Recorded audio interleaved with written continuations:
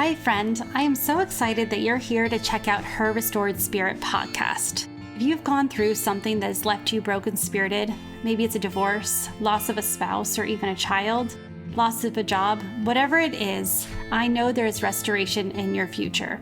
I'm a widowed mom, and I remember what it feels like to emerge from the fog to discover that my loss is not the center of my story, but it actually instilled in me a new hope, a new understanding of faith, and a new strengthening in my heart, soul, and motherhood. I have finally understood that God has taken my test and formed it into my testimony, and that's why I'm here with you.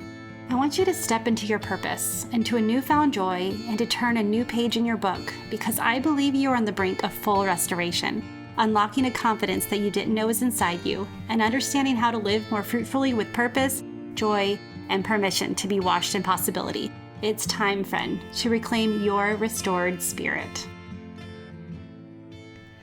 Our lives are defined by the choices that we make. The little decisions every day. And I know that experts say that you make like 3,000 decisions a day. And when I think about that, I realize most of those are unconscious decisions. What do you want to eat? Am I going to eat? Am I going to look left or look right? Am I going to go to the grocery store first, or am I going to go to the post office first? We make these little insignificant decisions, but they actually define us. They define where we go and what we do, what we think about, what we dream about, it ultimately becomes part of who we are. And so today I just want to pose the question of, what are you deciding? What choices are you making? And are you making choices consciously? Are you deciding what you want to fill your mind with? Or are you just letting the world decide for you?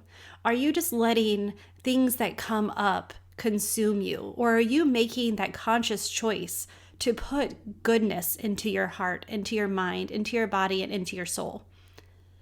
Because the choices that you make ultimately will get you the life that you want, or at least point you in the right direction. The choices you make lead to the actions that you're going to take. The choices you make put you on a path, a trajectory that will send yourself and even your family or the people around you in a direction that could either be helpful or harmful, all because of a decision you made.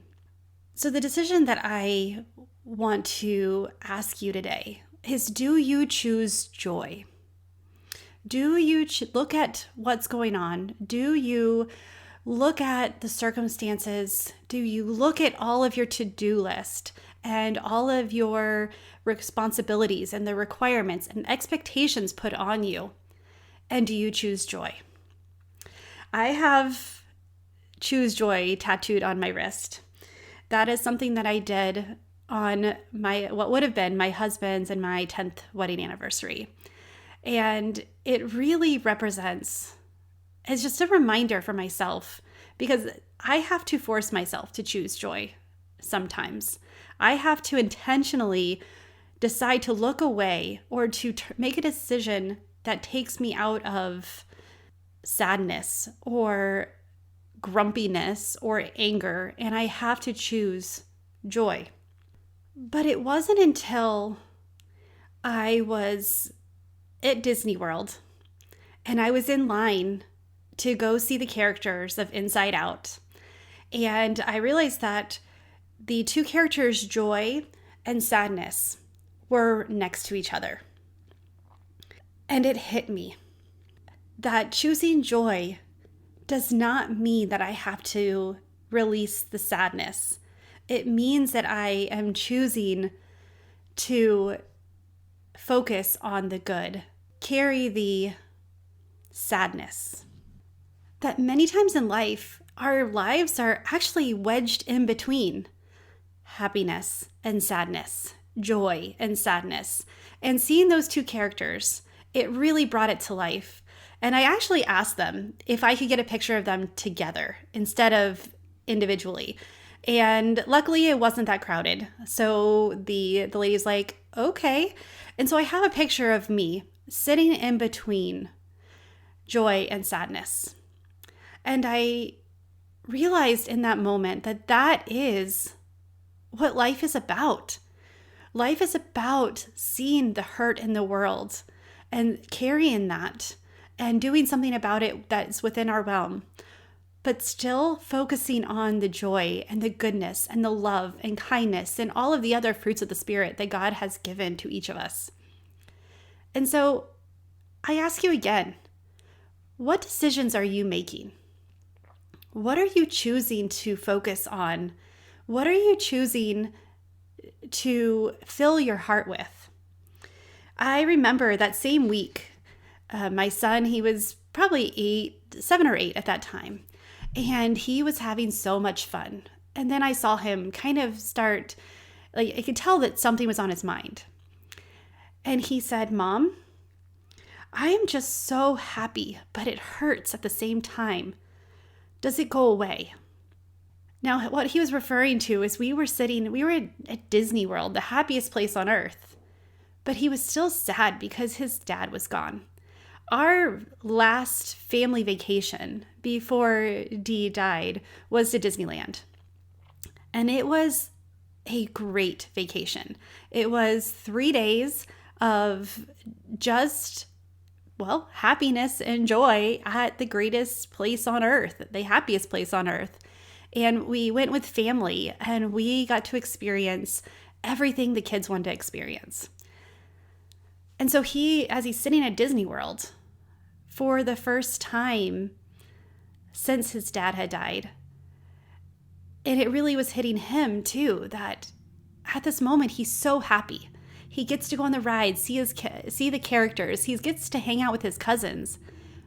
But all at the same time, he has this hole that is open, that he feels deeply. And he's like, how can I hold both of these? And does it go away? And my answer was no. And you don't really want it to. But I also told him that the sadness that you feel will also not be as painful. But that's the cost of love. It's the cost of missing somebody. It's the cost of losing something that was so important to you, someone who was so important to you, that you will always wish that they were there. But the fact that you identified that you're so happy, you chose to continue to smile and to embrace the experiences and to look at the positives and see what memories you're building. That is what it's all about. So even though our lives tend to be wedged in between joy and sadness, and I think that for most people, they would consider the same thing, that there's an element of sadness to almost every joyful experience. And it all comes down to a choice that we make. What is it worth fighting for? Do we fight for joy? Do we fight for our family? Do we fight for happiness? Do we fight for those positive lights in our life? Or do we allow darkness to consume us? And so again, what choice are you making? Now I'm going to switch gears a little bit here, because the whole point of choosing joy is to, well, choose light. And this has kind of gotten a little heavier than I had originally intended. And well, I think it's important to recognize that you choose joy no matter what, even when things are really hard. And so what does that look like? What does that mean? And where is the example? Who do we turn to? Well, Lamentations 3:22-23 says, "Because of the Lord's great love, we are not consumed, for his compassions never fail. They are new every morning. Great is your faithfulness." We go to God for joy. We go to our faith. We don't have to look within ourselves because, well, A lot of times we let ourselves down. Humans let us down. But because God is great, because He is faithful and His compassions never fail, we can go to Him. Even when things are tough, we can go to Him for joy. Romans 8:18 says, "For I consider that the sufferings of this present time are not worthy to be compared with the glory that is to be revealed to us." The things that we go through here on earth cannot even compare to the glory and the joy that we're going to feel in heaven. And so sometimes we have to remind ourselves that we are on a broken world. We are in a broken life, and there's broken people all around us. So why do we assume, or why do we expect that things be happy or not be broken around us or all the time? We have to embrace that trials are here because the world is broken. But that's not where we need to stay. That's not our ultimate goal. We are being refined. We are put in the fire for our trials, and we're supposed to consider it joy to go through the trials because it tests our faithfulness and our obedience and our love for God. It gives us a reason to strive for joy, and to, when we get it, we embrace it and we love it so much more. We understand it and we can grasp onto it, and we don't want to let it go. If we did not suffer, then we would not know what true joy is. And so what's worth fighting for? Are you going to fight for the joy? And if you do, what is that going to look like? And I will tell you, it's the simple things. It is the decision that you're not going to allow fear to take hold of your heart. And if it is holding onto your heart, you're going to start to take the steps to release the grip. It is the decision that you're going to face head on the adversity you are facing. And you know in your heart of hearts that you're going to get through it. You're going to thrive on the other side.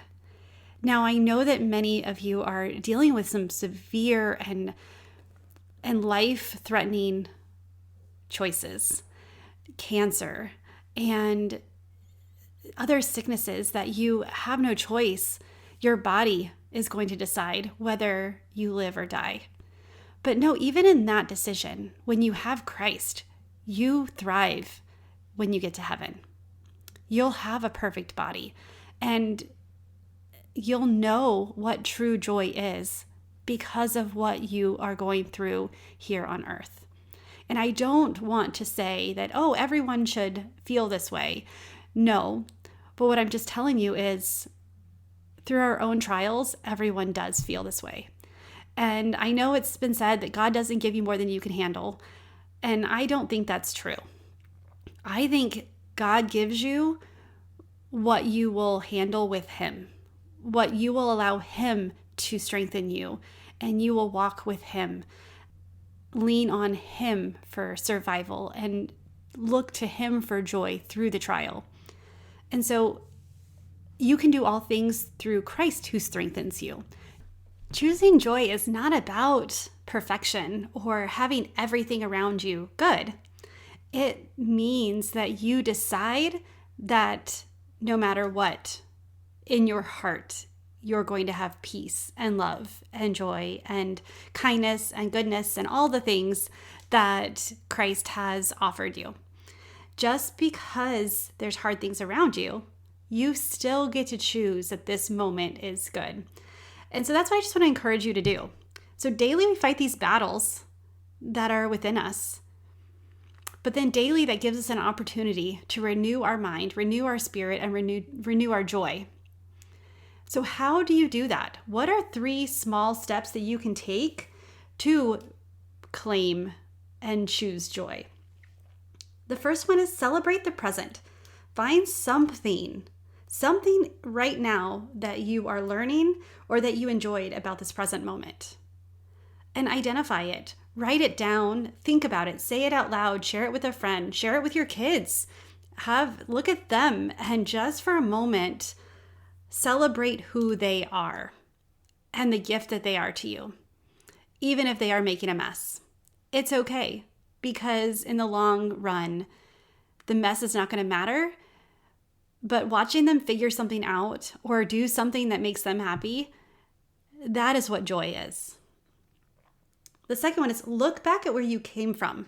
Look back at what you've been through and smile, because the hardest things that you have been through, you have overcome it. You are an overcomer. And those things that you experienced, you're still alive today to talk about it. You've been through it and you survived and you are thriving. So celebrate that. And then the third one is laugh. Find a way to laugh every day. This is one that I realized that my laugh kind of disappeared for a while. And I remember a few years ago, my son, he did something, and it was one of those moments, those laughs that hurt. Like you are crying and your abs are so sore. I don't even remember what it is, but I remember him stopping and looking, and he said, "Mom, I really miss making you laugh. I love you." And that is what I remember from that moment. And then I decided that I'm not going to hide my laugh anymore. I'm not going to avoid it, and I'm going to experience just the pure joy of laughing. And if you don't have anything to laugh about, hey, it's one good thing that YouTube is good for, is you can find all those silly dog videos, silly cat videos, or the kids that are just doing those crazy things that'll give you that momentary laugh. So you don't have to search hard. You just have to allow yourself to embrace all the emotions, to start to experience the joy and the laughter and the blessings while you're holding on to the sadness, and realize that it's not about one or the other. It's about wedging yourself in between them and realizing that in that moment, you can experience joy, but you can also carry the sadness and the memories or the unexperienced memories with you. And by unexperienced memories, I'm talking about graduations and weddings and those watching your child get the first home run or goal and realizing that you wish that your partner was there with you to experience it. That's what I mean by unexperienced memories, because those are the things you had planned to experience together. But you can still smile at those moments and be grateful that you get to experience it. And the other part is when you do go to heaven, those are the memories you get to take and share with your loved one and talk about all the things that you've experienced and you've been through. And you get to laugh and you get to smile. You get to make the choice to choose joy. And how exciting it is that you get to make that choice, that you get to shape your life based on the decisions that you have, that you get to decide all those 3,000 decisions that you make a day. What would it look like if you took 3 or 4 of those and intentionally chose joy, intentionally decided that you are not going to be sad, that you are not going to let the environment or the external circumstances affect that moment, but you chose a different way. And if you just do that each day, and I'm not talking about the 3,000, I'm just talking about 3. Pick 3 things. 1 in the morning, 1 in the afternoon, 1 in the evening if you are like me and need a plan.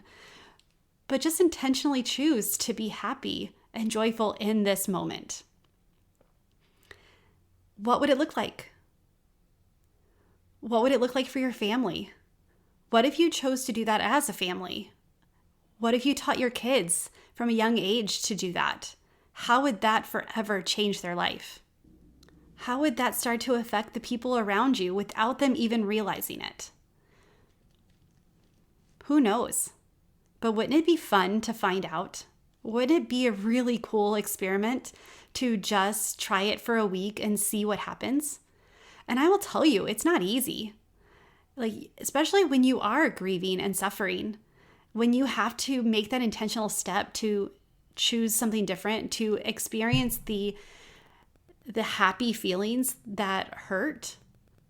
But what if? What if you could change one?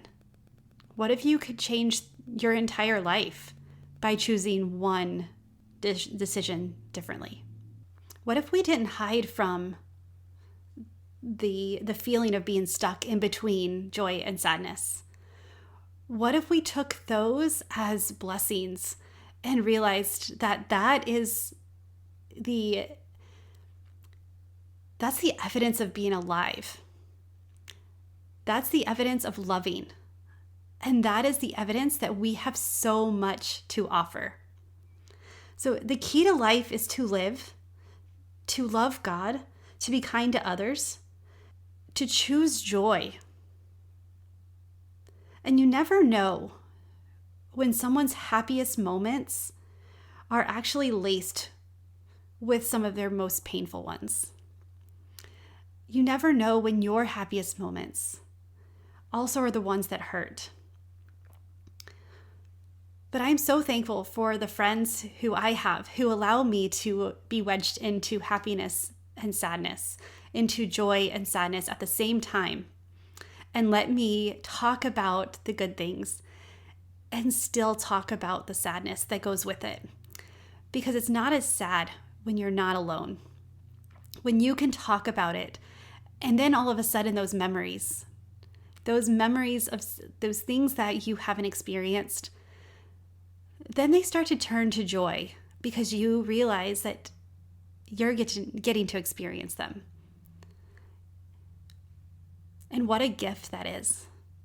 What a gift to choose joy and to be able to, what a gift it is to be able to define our life by our choices and know that we can choose what we want. We can choose joy. So what are you going to do today? What are you going to do right now to choose this?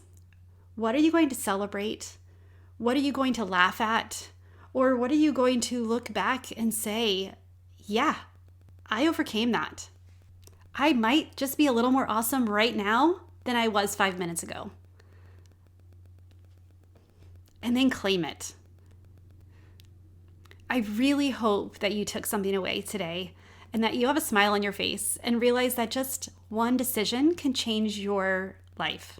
One intentional decision can change your atmosphere and your environment and your relationships. It's worth it to fight for that. It's worth it to claw your way to joy.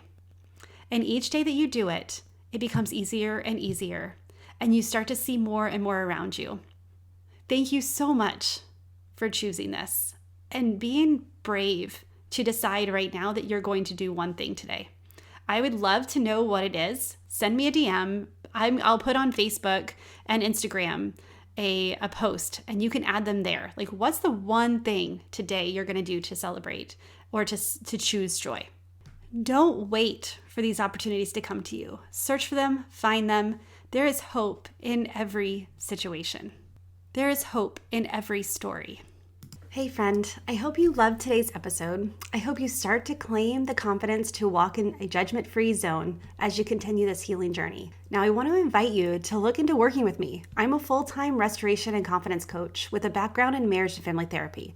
And not only that, but friend, I've walked it. As you heard in my story, I've experienced grief, loss, pain, feeling stuck. I've had the desire to break free from the fog and rise up again after the hurt, after the pain, and move out of the grief cycle, to begin to wake up with purpose again and live a life of meaning, and kind of rediscover who I was before the grief while I was uncovering who I'm becoming. And I have been called to help you with the same thing.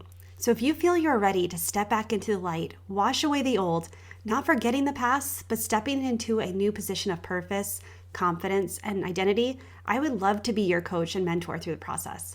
I only take a few clients each month and would love to get you on the calendar to help you navigate this journey.